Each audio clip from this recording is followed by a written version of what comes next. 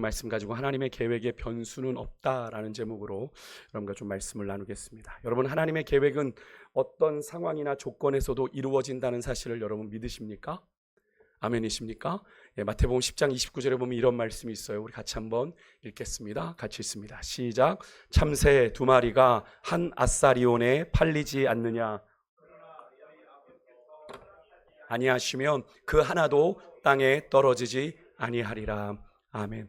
무슨 말씀입니까? 하나님 허락 없이는 참새 한 마리도 땅에 떨어지지 않는다라는 말씀이죠. 여러분, 이 사실을 믿으십니까? 아멘. 네. 그런데 여러분, 이 말씀이 참 어느 순간엔 우리에게 위로가 되면서도 어느 땐 참 우리를 혼란스럽게 하기도 합니다. 왜냐하면 하나님의 뜻이 무엇인지 도무지 모를 일들이 우리 인생에도 또 이 세상에서도 많이 일어나고 있거든요. 이 말씀이 다른 한편으로는 우리가 사는 이 세상에 우연히 일어나는 일은 없다라는 의미이기도 하기에 우리가 하나님의 선하심을 믿고 의지하며 사는 우리 그리스도인들에게는 이 말씀이 그 하나님의 신실하심을 바라볼 때는 참 위로가 되고 소망이 되기도 합니다만, 때로는 우리의 이해와 상식으로는 도무지 납득할 수 없는 그런 사건과 사고를 만나거나 소식들을 듣게 될 때는 많은 신앙적인 고민을 하게 되는 질문 또 명제이기도 한데요. 물론 결론은 분명합니다. 결론은 분명합니다. 피조물인 인간이 창조주 하나님의 뜻을 온전히 이해한다는 건 불가능하다고 성경은 이야기해요. 그죠? 하늘이 땅보다 높음같이 내 생각은 너희 생각보다 높고 내 생각은 너희 생각보다 크다고 이사야서에 말씀하고 계신 것처럼 우리가 피조물인 한계 속에서 하나님을 온전히 이해한다는 건 사실은 불가능합니다. 그 뜻을 사실 이해한다고 해도 그것이 사실은 순간 이해되는 건 참 은혜인데 제법 오랜 시간이 걸려서 그래서 하나님이 그 순간 그렇게 하셨구나 라고 이해하게 되는 문제이기도 하기에, 사실 피조물의 한계 속에서 창조주 하나님과의 근본적인 질적인 차이를 가지고 있는 인간은 하나님의 뜻이 당장 이해되지 않아도 하나님의 인자하심과 선하심을 믿고 끝까지 포기하거나 낙심하지 않고 인내하며 주의 뜻을 기다리는 것이 여러분 가장 신앙적인 반응인 것을 우리는 너무나도 잘 알고 있는데요. 여러분 모두 그렇게 반응하고 계시죠? 하나님의 뜻에 그렇게 반응하고 계시죠? 오늘 우리가 함께 읽은 이 본문은 지난주에 이어서 계속 발람과 발락의 이야기입니다. 성경에서 생각보다 민수기 안에서 이 분량이 상당히 많은 분량으로 이 이야기가 다루어집니다. 22장에서 25장까지 거의 5장이나 되는 분량, 그것도 절수도 아주 많은데 이 이야기가 기록되어 있거든요.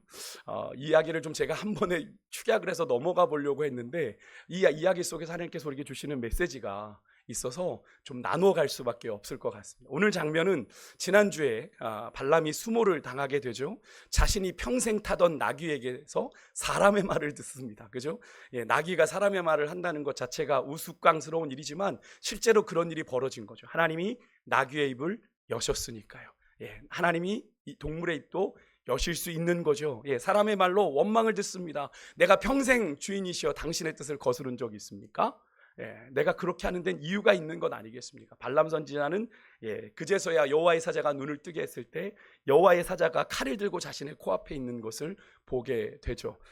나귀 앞에서 초유의 망신과 수모를 겪은 이 발람 선지자가 하나님의 허락하에 모압 왕 발락의 사절단을 따라 모압으로 가게 됩니다. 그렇게 모압 땅을 찾은 발람 선지자에게 발락 왕이 이스라엘에 대한 저주를 요청하는 장면을 오늘 우리 이야기 속에서 담고 있는데요. 모압 왕 발락은요, 자신에게 온 이 발람 선지자를 데리고 이스라엘 진영을 내려다볼 수 있는 높은 곳으로 갔습니다. 발람은 자신이 하던 대로 7개의 제단을 쌓는데, 이 7개의 제단을 쌓다라는 건 7은 완전수잖아요. 이 발람은 특별하게 섬기는 신이 없습니다.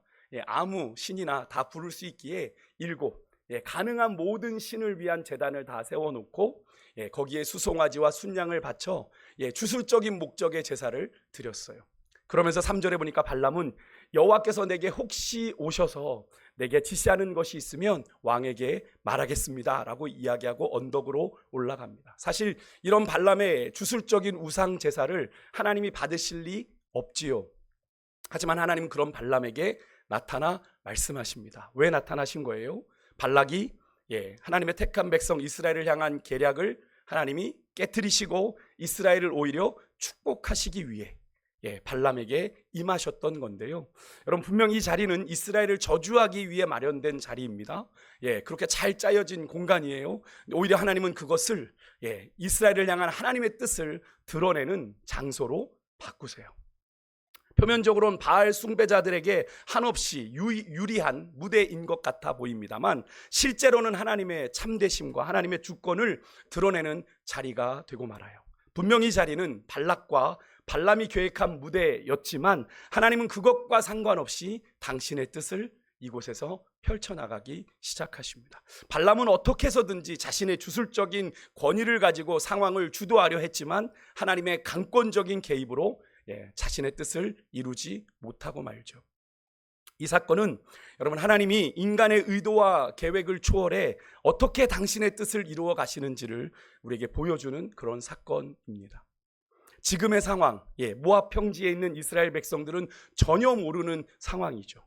그죠? 이스라엘 백성들은 이 상황이 벌어지고 있는지 모릅니다. 하지만 하나님이 이스라엘의 배후에서 자신의 택한 백성 이스라엘을 위해 어떻게 하고 계신 거예요? 일하고 계신 것을 우리가 보는 겁니다. 여러분, 하나님은 이런 하나님이시죠. 내가 하나님에 대해서 내가 보는 것이, 내가 아는 것이, 여러분, 내가 느끼는 것이 전부라고 생각하시면 안 됩니다. 그죠? 내가 보는 것, 내가 인식하는 것이 하나님이 일하심의 전부라고 생각하시면 안 돼요. 근데 인간인지라 자꾸 그렇게 생각합니다. 하나님, 이게 답니까? 내가 생각하는 것, 내가 인식하는 것, 내가 이해하는 것, 내가 보는 것, 내가 느끼는 게 하나님이 전부라고 생각하는 거죠. 우리가 하지만 종종 부르는 찬양의 가사처럼 그는 우리에게 보이지 않아도, 느껴지지 않아도 뭐하고 계세요? 일하고 계시는 줄 믿습니다. 그게 우리 하나님이에요. 그래서 여러분, 우리는 이 장면에서 우리의 상황을 내가 주도하려고 하는, 내 인생이니까 내가 내 인생을 어떻게든 주도해 보려고 하는 교만과 아집을 내려놓고 하나님의 주권에 우리가 철저하게 순종하게 될 때 우리가 진정한 삶의 평안과 승리를 경험한다라는 사실을 우리가 확인하게 되는 그런 장면인데요. 여러분, 그렇습니다. 여러분, 인간의 계획은 하나님의 주권 앞에서는 아무것도 아닙니다. 하나님이 막으시면 이루어질 수 없는 거예요. 그러므로 여러분, 우리 믿음의 사람들에게는 당장 육신의 눈에 보이는 상황에 흔들리지 않고 하나님의 관점에서 그 상황을 바라보고 해석하는 훈련이 필요합니다. 거기에 자신의 의도와 전략, 내가 나름 인생에 세운 의도와 전략과 계획이 있잖아요. 그것에 의존하려 하지 말고 하나님의 뜻을 구하며 그 뜻에 기꺼이 순종하는 태도를 가질 때 우리가 하나님의 뜻을 이루게 되는 것인데요.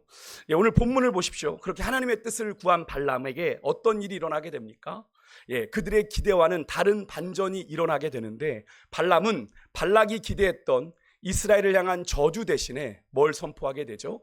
축복의 메시지를 선포하게 됩니다. 우리 8절 같이 한번 읽어볼까요? 8절 말씀 같이 읽습니다. 시작. 하나님이 저주하지 않으신 자를 내가 어찌 저주하며 여호와께서 꾸짖지 않으신 자를 내가 어찌 꾸짖으랴.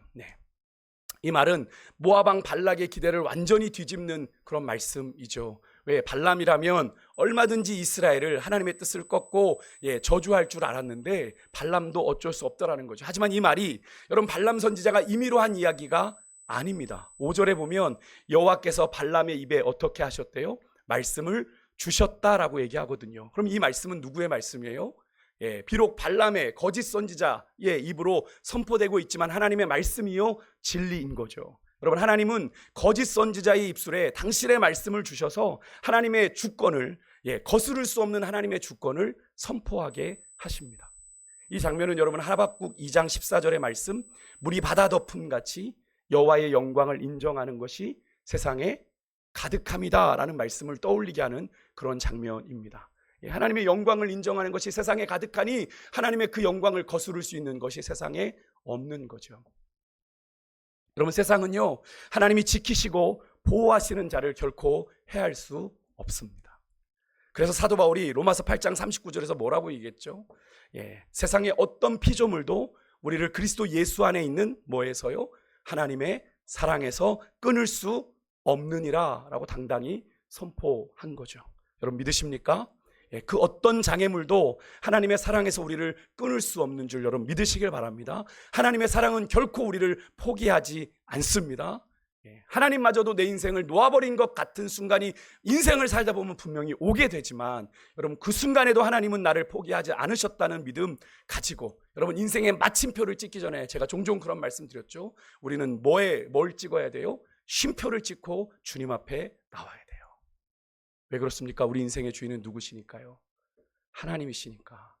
우리 인생의 종지부를 함부로 찍어야 하는 건 하나님의 뜻을 거스르는 겁니다. 내 인생에 답이 없어요, 더 이상 솟아날 구멍이 없어요, 길이 없어요 라고 느껴질 땐 여러분 잠시 쉼표를 찍고 주님 앞으로 오십시오. 거기에 길이 있습니다. 거기에 살 길이 있어요. 여러분 오늘 이 말씀이 여러분에게 믿어지고, 여러분 우리를 그 어떤 것도 이 세상에 하나님의 손에서 우리를 빼앗을 존재는 없다라는 사실을 꼭 믿으시기를 주의 이름으로 축원합니다. 그리고 이어서 이제 발람은 이런 말을 해요. 9절 하반절과 10절 상반절입니다. 우리 같이 한번 좀 읽어볼게요. 이스라엘에 대한 이야기입니다. 같이 읽어요. 시작. 이 백성은 홀로 살 것이라 그를 여러 민족 중에 하나로 여기지 않으리로다. 야곱의 티끌을 누가 능히 세며 이스라엘 4분의 1을 누가 셀고, 이렇게 얘기합니다. 이 백성은 홀로 설 것이다. 이 백성은 여러 민족 중에 하나가 아니라 하나님이 특별하게 택하신 민족이다. 이 야곱의 티끌을, 정말로 이스라엘 백성들이 많았잖아요, 그죠? 장정만 60만이었으니까 100만, 200만 정도 되는 그들을 바라보면 이들을 누가 셀 수 있겠냐라고 발람이 얘기했던 겁니다. 그럼 이스라엘이 어느 민족과도 견줄 수 없는 하나님의 언약, 하나님의 택하심을 받은 특별한 민족이다라는 이야기예요. 그들은 그래서 마치 티끌처럼 헤아릴 수 없을 정도로 하나님의 복을 받은 백성이다라고 발람이 얘기하고 있는 겁니다. 당시에 여러분 그 백성의 수가 곧 군대의 수였죠. 그죠? 백성의 수가 군대의 수였던 것을 우리가 백성의 힘이었던 걸 기억해 본다면, 이스라엘이 티끌처럼 헤아릴 수 없이 많다라는 건 뭘 의미합니까? 이스라엘이 광야 40년을 지내면서 오히려 그 고된 죽음의 땅 광야를 지나면서 그들의 수가 줄어들기는커녕 이전보다도 더 번성하게 되었다라는 걸 의미하는 거죠. 여러분 아시겠지만 이스라엘 백성들은 원래 다른 민족보다 큰 민족이 아니었습니다. 오히려 어느 민족보다도 작고 보잘것없는 민족이었죠. 애굽에 얹혀 살던 민족입니다. 야곱이 요셉의 초청으로 자녀들을 모두 데리고, 가족들을 데리고 애굽으로 내려갔을 때 몇 명이었습니까? 70명이죠. 겨우 70명에 불과했던 그들이 430년을 지내면서 그렇게 보잘것없었던 무리가 큰 민족으로 번성할 수 있었던 것, 여러분 노예로 학대받으며 고난 가운데 있으면서 그렇게 번성할 수 있었던 이유가 뭡니까? 전적인 하나님의 은혜와 하나님의 신실하심 때문임을 우리는 확인하게 되죠. 하나님이 그들의 조상 아브라함에게 주신 약속, 내가 너희를 번성케 하고 내가 내게 약속한 그 땅으로 4대 만에 돌아오게 하리라 하신 그 약속의 말씀을 하나님이 이루신 거죠. 그것을 발람의 선지자, 비록 거짓 선지자이지만 그의 입술을 통해 이스라엘 백성을 보고 하나님이 그 말을 이루셨음을 선포하게 하신 거예요. 근데 여러분 이 이스라엘에 대한 발람의 선언은요, 여러분 이스라엘에 대한 하나님의 선언이기도 하죠. 그렇기 때문에 여러분 이 선언은 오늘 이 시대를 영적 이스라엘로 살아가고 있는 여러분과 저에게도 동일하게 적용되는 사실입니다. 이스라엘이 하나님에게 세상의 여러 민족 가운데 그냥 one of them, 하나가 아니라 very special한 존재였던 것처럼요, 여러분과 저 또한 하나님의 하나님께 대해서 그런 존재라는 사실을 여러분 믿으세요? 하나님께 여러분 한 분 한 분은 되게 특별한 존재예요. 옆에 계신 분들 여러분 한번 인사해 볼까요? 당신은 하나님께 참 특별한 존재입니다. 한 번 더요. 당신은 나에게도 참 특별한 존재입니다. 아멘이십니까? 진심으로 나누신 거죠? 아니야. 그죠? 네. 하나님께서 우리를 그렇게 특별하게 여기셔서 오늘 우리의 시간들을 여기까지 인도하신 겁니다. 우리가 그냥 여기까지 우연처럼 살았다고 생각하시면 안 돼요. 하루에도 우리나라는 40여 명이 자살을 하죠. 수 없는 사람들이 오늘 하루도 죽어나가는 이 시대 가운데 우리가 오늘 여기 있는 게 우연처럼 보이십니까? 그렇지 않다는 거죠. 여러분 한 분 한 분이 그렇게 하나님께 특별한 존재라는 사실을 여러분 믿으시고, 그 믿음으로 여러분 세상의 도전과 유혹을 이기는 하나님의 특별한 사람들 되실 수 있기를 주의 여러분으로 축복합니다. 하나님이 끝이라고 할 때까지 우리의 인생은 절대로 끝이 아닙니다. 믿으십니까? 그러니까 여러분 절대 우리가 하나님 앞에서 포기하면 안 돼요. 그런데 여기서 또 놀라운 장면은 제가 요번 본문을 묵상하다가 보게 된 장면, 발람 선지자의 고백입니다. 이것은 하나님이 그에게 주신 말씀이 아니라 발람이 황홀경 가운데, 영적인 황홀경 속에 하나님의 말씀을 대언하다가 고백한 말씀 같은데요. 10절 하반절에 보면 발람이 이런 고백을 합니다. 여러분 한번 같이 읽어보시겠어요? 시작. 나는 의인의 죽음을 죽기 원하며 나의 종말이 그와 같기를 바라노라. 아멘. 여러분, 이스라엘은 발람의 저주해야 되는 대상인데, 발람이 그 이스라엘에 대해서 뭐라고 얘기를 해요? 자기 인생의 마지막이 그와 같기를, 그가 누구예요? 이스라엘 같기를 원한다고 얘기하는 겁니다. 자기가 저주해야 될 대상을 동경하고 있어요. 내가 그렇게 되기를 소망한다라고 고백하고 있어요.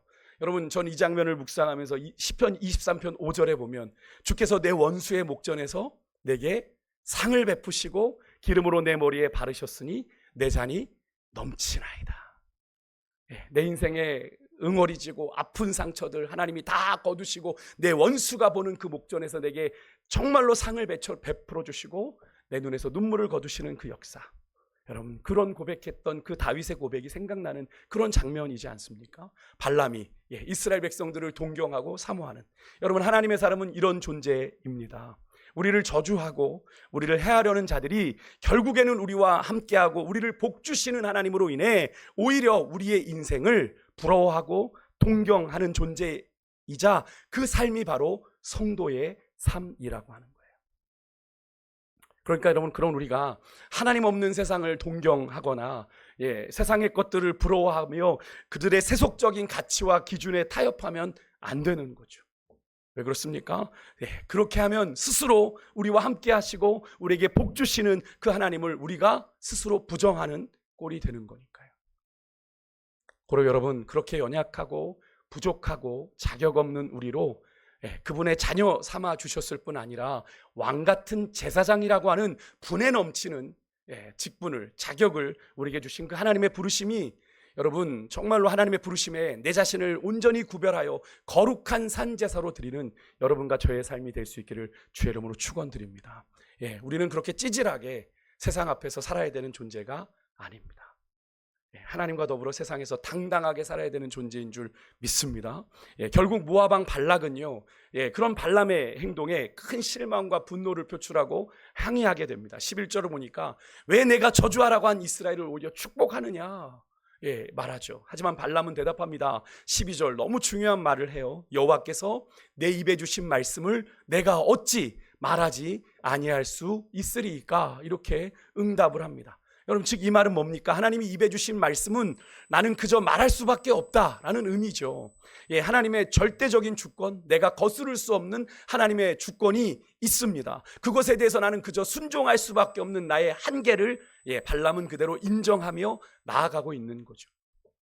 여러분, 여기서 이 발람의 고백이요, 여호와께서 내 입에 주신 말씀을 내가 어찌 말하지 아니할 수 있을까라는 이 고백에는 중요한 영적인 두 가지의 사실이 좀 담겨 있는데, 하나는 세상의 그 어떤 권력이나 어떤 힘도 하나님의 말씀을, 하나님의 뜻을, 하나님의 계획을 막을 수 없다라는 사실을 말합니다. 그러하기에 성도는 어디에 소리에 귀를 기울여야 될까요? 세상의 수많은 소리에 여기에 길이 있다, 여기에 길이 있다 하는 그 소리에 귀를 기울일 것이 아니라 하나님의 말씀을 따라 살아야 한다라고 하는 너무나 당연한 사실이 이 고백 속엔 담겨 있는데요. 하지만 여러분, 우리의 실상은 그러하지 않잖아요. 우리가 그 말씀을 너무나 당연하게 여기지만 우리의 현실은 그러지 않잖아요. 세상의 소리에 더 민감하게 하는 것이 우리의 모습이지 않습니까? 그것이 우리 인생을 결정짓지 못한다는 말은 해요.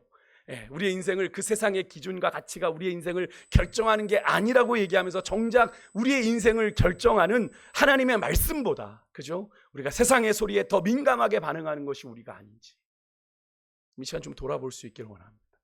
여러분, 그것은 하나님의 백성다운 모습이 아니죠. 여러분, 세상의 소리는 결코 우리를 거룩하게 하지 못합니다. 맞습니까? 세상의 소리는 절대로 우리를 거룩하게 하지 못합니다. 거룩하게 하지 못한다는 건 뭡니까? 구별되게 살도록 하지 못한다는 얘기입니다. 하나님의 백성답게 살지 못하게 한단 말입니다. 세상의 소리 자꾸 듣다 보십시오. 내 안에 거룩한 성품이 생겨나는지, 아니면 세상의 가치와 세상의 감정들이 나를 주장해. 우리 예전에 우리 장모님이 이제 우리 아내가 한 이야기인데, 우리 장모님이 이제 세탁소를 하셨어요. 그러다가 이제 이사를 가시면서 이제 누뚱이가 태어나시면서 그 세탁소를 접고 이제 장인어른께서 이제 차량 운행을 하시면서 이렇게 사셨는데, 이제 약간 좀 삶이 어려우니까 장모님이 일터로 나가신 겁니다. 일용직 같은 곳으로. 일용직 같은 곳으로 나가서 뭐 이제 일을 하시기 시작한 거죠. 근데 거기에 오시는 분들이 상당히 강하시잖아요. 그죠? 말도 걸잖아요. 우리 그 장모님이 되게 정말 뭐 이렇게 순박하신 분이거든요. 뭐 나쁜 얘기는 전혀 못 하시는 분인데 저는 못 들었는데 우리 사모가 어느 날 그 장모님의 입에서 욕이 막 튀어나오더라는 거예요. 거기서 하도 그런 소리들 들으니까 그 안에서 꾹 참고 있는데 집에 오면 그게 쏟아져 나와. 그게 여기 계속 귀에서 들리는 게 막 뭐 이런 뭐 결혼 얘기들을 들으니까요. 그런 곳에 한 번도 가 계시지 않다가 평생 세탁소를 하셨는데, 그러니까 늘 동네 사람들 이렇게 좋은 분들과 만나 지내다가 정말 일터로 덩그라니 툭 던져져서 그 현장에 가서 수많은 그런 이야기들을 듣고, 또 격한 말들, 또 뭐 화를 내는 이야기들, 뭐 이런 이야기들 들으면서 우리 장모님이 그런 말들을 배우셨다는 거예요. 여러분, 듣게 되면 그죠? 우리 안에 영향을 받게 되는 거죠. 세상의 소리가 우리에게 그냥 들려지는 게 아닙니다. 여러분, 세상의 소리에 자꾸 집중하다 보면 하나님의 음성이 안 들립니다. 영적인 원리거든요. 그러니까 자꾸 사단은 계속 우리에게 세상을 향해 시선이 자꾸 빼앗기게 만든다고 제가 말씀드렸잖아요. 그래서 어떻게 해요? 어디 가든 핸드폰 들고 유튜브 계속 보면서 그게 진실인지 아닌지도 모르면서 계속 보는 거죠. 그죠? 그게 세상의 이야기인 것처럼. 예전에 저희가 TV 4개 채널, MBC, KBS, SBS, KBS 1, 2 있을 때랑은 차원이 다른, 그죠? 수많은 채널이 무분별하게 쏟아져 들어오는데 걸러지지 않은 이야기들을 우리가 보면서 그게 세상의 소리인 양, 그것이 진리인 양, 그것이 세상의 뭐 첩경인 양 우리가 따라간다는 거죠. 여러분, 그렇게 살아가면 과연 우리의 삶이 주님을 따라가는 길이 될까요? 세상을 따라가는 길이 될까요? 결과는 너무나 뻔한 이야기 아니겠습니까? 여러분, 결국 우리가 세상의 소리는 우리로 주님을 떠나게 합니다. 세상의 소리는 우리로 거룩하게 하기는커녕 우리로 주님을 떠나게 합니다. 나도 모르는 사이 주님과 거리가 생기게 되는 걸 분명히 여러분들 경험하시게 될 거예요. 그럴 때는 여러분 그 자리 박차고 악한 길에서 떠나 스스로 겸비하여 주의 얼굴을 구하는 자리로 돌아와야 되는 줄 믿습니다. 주님은 기다리시니까. 또 하나의 영적인 사실은요, 하나님의 말씀에 대한 우리의 반응이에요. 여러분, 발람은요, 하나님을 모르는 사람입니다. 그죠? 어쩌면 하나님을 만난 것도 그냥 신 중에 하나로 만난 거예요. 근데 하나님이 자신의 입에 주신 말씀을 내가 말하지 않을 수 없다라고 얘기했어요. 그죠? 하나님의 종도 아닌데. 꼭 예레미야가 내가 말을 전하지 않으면 내 가슴이 불붙는 것 같다, 어쩔 수 없다라고 막 얘기했던 그 말씀처럼 발람이 고백하고 있는 것 아닙니까? 여러분, 그렇게 하나님의 말씀, 이 말은 내가 하나님의 말씀, 내게 주시는 그 말씀에 내가 순종하여 말하지 않을 수 없다는 사실을 여러분 거짓 선지자인 발람도 인정했는데, 그죠? 여러분, 하물며 하나님의 자녀라고 하는 우리는 그 하나님의 말씀을 너무나도 가볍게 여기고 있는 건 아닌지. 여러분, 성도들 중에 그런 분들 계세요. 지켜도 되고 뭐 안 되면 못 지키는 거지 뭐. 그죠? 뭐 형편되면 하고 안 되면 못 하는 거지. 여러분, 하나님께 대한 순종을 내가 하나의 인생 가운데 하나의 선택적인 옵션으로 여기며 살고 계시진 않으세요? 하나님의 말씀엔 순종만이 있어야 되는 건데 기준이 어디가 있는? 내게 있는 거죠. 그러니까 순종하고 안 하고의 결정이 하나님의 말씀엔 순종이어야 되는 거죠. 그런데 내가 판단하는 선택적, 내게 맞으면 하고 아니면 말고, 내가 불편하면 안 하고 내가 할 수 있는 것까지만 하고. 여러분, 순종은 그런 게 아니잖아요. 오늘 발람처럼 우리가 고백할 수 있어야 진짜 하나님의 사람인 건 아닙니까? 내 입에 주신 그 말씀, 내가 말하지 않을 수 없다, 내가 전하지 않을 수 없다, 내가 그렇게 살아내지 않을 수 없다 라고 고백하는 게 하나님의 사람들 아니냐고요. 근데 그렇게 살지 않아요. 그런 오늘 한국교회 현실이 너무나도 어려움을 겪고 있는 것 아니겠습니까? 우리는 얼마나 여러분 주의 말씀에 순종하고자 하는 거룩한 열심이 우리 안에 있는지를 여러분 오늘 이 시간에 좀 돌아보셨으면 좋겠어요. 내가 하나님의 말씀에 순종하고자 하는, 내가 사생결단하고 내가 오늘 손해를 보더라도 주의 말씀이 내게 부딪혀졌을 때 내가 그 말씀에 순종하려는 결단을 하나님 앞에 어떻게 드리고 있는지. 여러분, 오늘 말씀 마치겠어요. 말씀의 요지는 의외로 간단합니다. 하나님의 계획이 인간의 기대를 초월한다 라는 사실을 우리에게 단적으로 보여준 게 오늘 이 사건이죠. 모압 왕 발락은요, 이스라엘을 어떻게든 저주해서 약속의 땅을 목전에 둔 그들을 망치려고 했어요. 그들을 망치려고 했습니다. 약속의 땅 목전에서 그들을 어쩌면 그들이 포기하고 떠나게 하려는 목적이었는지 모르겠습니다. 하지만 하나님의 뜻은 무엇이었습니까? 이스라엘을 축복하는 것이었어요. 그러면 하나님이 축복하려는 백성을 누가 막을 수 있겠습니까? 발람 또한 자신의 의도대로 모압 왕이 큰 보상을 약속했으니 어떻게든 이스라엘을 저주하려고 했습니다만 하나님의 주권 앞에, 하나님의 강력한 역사하심 앞에 굴복할 수밖에 없었던 것을 우리가 보게 되죠. 그렇습니다, 여러분. 하나님의 계획은 인간의 예상을 뛰어넘는 절대적인 것이므로 반드시 성취됩니다. 여러분, 믿으십니까? 그 어떤 변수도 존재할 수 없습니다. 하나님의 계획에는, 하나님의 뜻에는요. 우리는 우리의 얄팍한 지식과 경험을 바탕으로 세운 계획과 기대에 집착을 하면서 그대로 안 되면 막 전전긍긍하고 안달합니다. 그죠? 어떡하지? 근데 여러분, 하나님의 계획이 나의 계획보다 언제나 더 크고 선하며 완전합니다. 믿으십니까? 믿으시죠? 내 나름 완벽해 보이던 우리의 계획에 여러분, 때론 변수가 생기는 건 영적으로 볼 때는 어쩌면 더 좋은 일이, 잘된 일일 수 있습니다. 왜요? 왜냐하면 우리가 미처 우리 인간의 육신의 눈으로 예상하지 못했던, 보지 못했던 인생의 변수를 고려한 하나님의 인도일 수 있기 때문에 그렇습니다. 하나님이 돌리시는 거죠. 우리가 보지 못한 것, 우리가 진심으로 주의 길을 걸어가고자 한다면 하나님은 피할 길을 내시는 분이잖아요. 우리의 계획이 내 뜻에는 완벽해 보이는데 벼랑으로 향해 가고 있는데 하나님이 그냥 내버려 두시는 게 사랑이 아니잖아요. 그러면 여러분, 우리 인생에 여러분 걸어가는 길에 예상치 못한 상황이나 결과 앞에서도 우리가 하나님의 주권을 신뢰하고 순종할 때 여러분, 우리의 예상과 기대를 뛰어넘는 하나님의 가장 완벽한 인도를 통한 최선의 결과가 우리에게 주어진다라는 그 믿음을 가지고 나아가는 여러분과 제가 될 수 있기를 간절히 소망합니다. 왜 그렇습니까? 우리 주님은 항상 선하시니까. 여러분, 믿으십니까? 우리 주님은 항상 선하십니다. 여러분, 이 고백을, 여러분, 이 믿음을 절대로 놓지 마십시오. 우리 주님은 선하십니다. 우리 함께 고백해 볼까요? 우리 주님은 선하십니다. 한 번 더요. 우리 주님은 항상 선하십니다. 믿으십니까? 그 주님이 우리 인생을 이끌어가고 계세요. 끝으로 그런 생각을 해봤습니다. 아까 제가 서두에도 여러분들에게 드렸던 말씀인데요. 왜 민수기 말씀은 이 발락과 모압 왕 발락과 거짓 선지자 이 발람이 이 이스라엘을 저주하는 이 이야기를 이렇게 길게 다루고 있는 걸까? 저도 좀 빨리 끝내고 싶어서 그런 질문을 던지면 말씀을 묵상해 봤거든요. 22장부터 26장까지 22, 23, 24, 25, 26 5장에 걸쳐서 제법 긴 절수로 이 이야기를 정말 자세하게 다루고 있는데, 제가 이 부분을 묵상하고 말씀을 준비하면서 지금의 이 이스라엘의 시점이, 이 상황을 맞이하고 있는 시점이 이스라엘이 약속의 땅을 요단강 저 건너편에 목전에 두고 모압 평야에, 모압 평지에 서 있던 때잖아요. 그죠?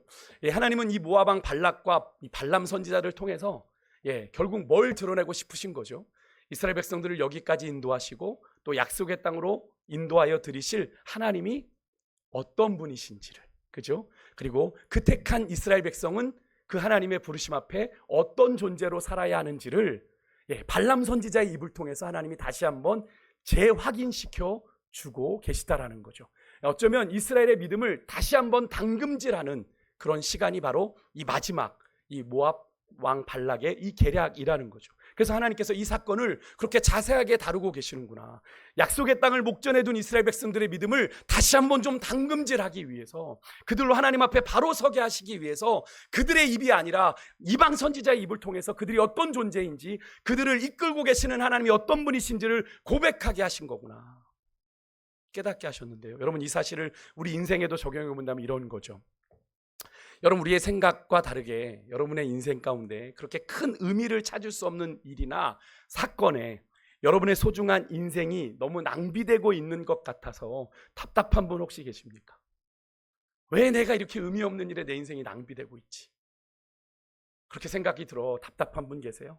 여러분, 그것은 어디까지나 우리가 가지고 있는 상황 파악이고 이해일 뿐, 하나님은요, 그 의미 없어 보이는 그 상황 속에서도 우리 한 사람 한 사람을 향한 당신이 작정하신 일들을 지금 우리가 볼 수 없는 그 배후에서 행하고 계시다라는 것을 여러분 믿으시길 바랍니다. 믿으십니까? 예, 우리가 보는 게 전부가 아니거든요. 내가 인식하는 게 전부가 아니거든요. 하나님은 일하고 계시는 줄 믿습니다. 여러분, 오늘의 사건도 보세요. 저주의 당사자인 이스라엘은 전혀 모르는 일이 지금 하나님과 발락 왕과 발람 선지자 사이에서 일어나고 있는 거예요. 하나님이 누구를 위하여? 이스라엘의 친히 대변인이 되셔서 이스라엘을 철저하게 지키고 돌보고 계시는 걸 우리가 볼 수 있잖아요.